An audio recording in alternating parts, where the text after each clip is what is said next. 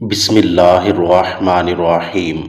اگر ہم پہلی صف میں باجماعت نماز ادا کر رہے ہیں اور ہمارے پیچھے 3-4 صفیں مزید ہیں اور تب نماز کے دوران ہوا یا ریح خارج ہو جاتی ہے تو اس صورت میں ہمیں کیا کرنا چاہیے؟ کیا ہم نماز جاری رکھ سکتے ہیں؟ کیا وضو برقرار رہتا ہے؟ یا اگر ہم دوسروں کو نماز میں ڈسٹرب نہ کرنے کی نیت سے وہیں کھڑے رہیں اور بعد میں وضو کر کے نماز کو مکمل کر لیں تو کیا ہمیں باجماعت نماز کا ثواب ملے گا؟ ناظرین کرام، یہ ایسے سوالات ہیں کہ جن کے بارے میں پوچھنے سے بھی ہم شرماتے ہیں، اور پھر جب کبھی ہمارے ساتھ ایسا معاملہ پیش آئے تو علم نہ ہونے کی وجہ سے ہم اپنی نماز خراب کر بیٹھتے ہیں، بلکہ اکثر اوقات تو ہم ثواب کی بجائے گناہ ہی حاصل کر لیتے ہیں۔ قرآن کریم میں 100 سے زائد مقامات پر نماز کا ذکر آیا ہے، جن میں سے 80 مقامات پر صریحاً نماز کا حکم وارد ہوا ہے۔ جب اذان ہوتی ہے تو ہم اپنا ہر کام کاج چھوڑ کر مسجد کی طرف رجوع کرتے ہیں تاکہ ہم نماز ادا کر کے اپنے گناہوں کی بخشش خداوند کریم سے کروا سکیں۔ حدیث مبارکہ میں ہے کہ اللہ تعالیٰ انسان کے اعمال کو نہیں دیکھتا، بلکہ اللہ تعالیٰ انسان کی نیت کو دیکھتا ہے کہ وہ کس نیت سے عبادت کر رہا ہے۔ نماز جیسے اہم فریضے کی ادائیگی کے لیے باوضو ہونا اور دوران نماز باوضو رہنا نہایت ضروری ہے۔ اس لیے ہم وضو کر کے مسجد میں نماز ادا کرنے جاتے ہیں، کیونکہ وضو کے بغیر نماز ادا کرنا ثواب کی بجائے گناہ کے زمرے میں آتا ہے۔ اس لیے ہم جب بھی مسجد میں داخل ہوتے ہیں تو باوضو ہوتے ہیں۔ نماز کے لیے ضروری ہے کہ ہم جس جگہ میں نماز ادا کر رہے ہوں تو اس جگہ کا پاک صاف ہونا ضروری ہے، وہاں روشنی ہونی چاہیے۔ اندھیرے میں نماز ادا کرنا جائز نہیں ہے۔ ہمارا جسم اور کپڑوں کا پاک ہونا بھی ضروری ہے۔ نماز کو ادا کرتے ہوئے بھی ہمارا وضو برقرار ہونا ضروری ہے۔ اگر نماز کے دوران ہوا خارج ہو جائے یا جسم کے کسی حصے سے خون بہہ جائے تو ایسی صورت میں ہمارا کیا لائے عمل ہونا چاہیے؟ آئیے کچھ واقعات اور احادیث مبارکہ سے معلوم کرتے ہیں۔ ایک دفعہ چند لوگ مسجد میں نماز ادا کر رہے تھے کہ کسی ایک شخص کی ہوا خارج ہو گئی۔ جب ہوا خارج ہوئی تو اس کی بدبو سارے کمرے میں پھیل گئی۔ جو لوگ نماز ادا کر رہے تھے سب کو معلوم ہو گیا کہ ہم میں سے کسی نہ کسی بندے کا وضو ٹوٹ گیا ہے، لیکن ان چند بندوں میں سے کسی نے بھی یہ محسوس نہ ہونے دیا کہ کس کا وضو ٹوٹ گیا ہے۔ اس نے شرم کے مارے نماز نہ توڑی بلکہ نماز کو جاری رکھا۔ اس کا پردہ رکھنے کے لیے چاہیے تھا کہ وہاں جو 2-4 لوگ نماز ادا کر رہے تھے وہ سارے وضو کر کے دوبارہ نماز ادا کرتے تاکہ اس بندے کو شرمندگی نہ ہوتی اور نماز کو پھر سے ادا کیا جاتا، پر نمازیوں نے ایسا نہ کیا۔ ہمارے دین اسلام میں بھی حکم ہے کہ کسی کے پردے کو ظاہر نہ کیا جائے جس سے اس کی دل آزاری ہو، لیکن یہاں سوال دل آزاری کا نہیں ہے۔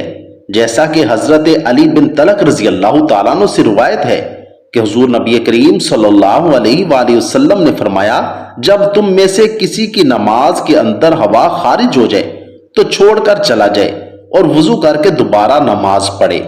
اس حدیث مبارکہ سے معلوم ہوا کہ نماز میں وضو ٹوٹ جانے کی صورت میں اپنے جگہ پر کھڑے رہنے کی اجازت نہیں ہے، بلکہ وضو کر کے دوبارہ نماز میں شامل ہونے کی ترغیب دی گئی ہے۔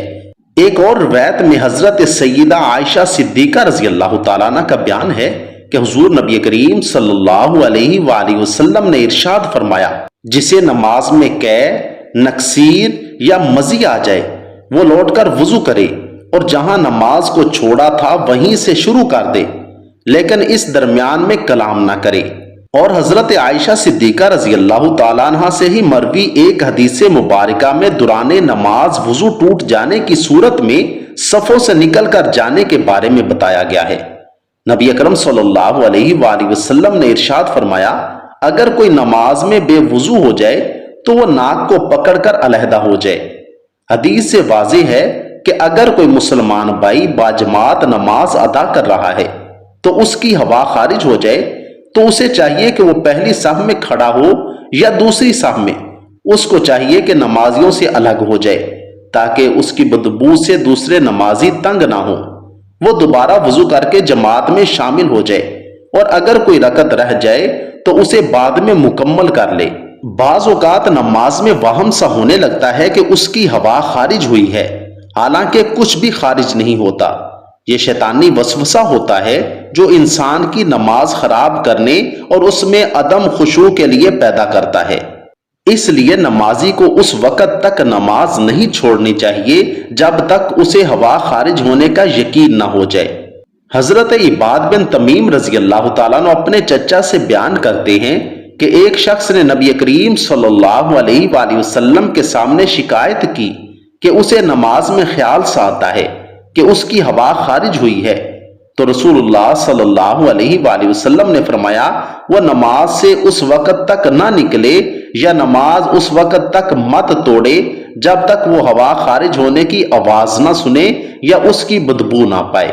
حدیث مبارکہ سے یہ مراد نہیں کہ حکم آواز سننے یا پھر بدبو آنے پر معلق ہے، بلکہ مراد یہ ہے کہ ہوا خارج ہونے کا یقین ہو جائے، چاہے اسے آواز نہ بھی آئی ہو اور بدبو نہ بھی سونگھی ہو، تو پھر بھی وہ نماز سے الگ ہو جائے۔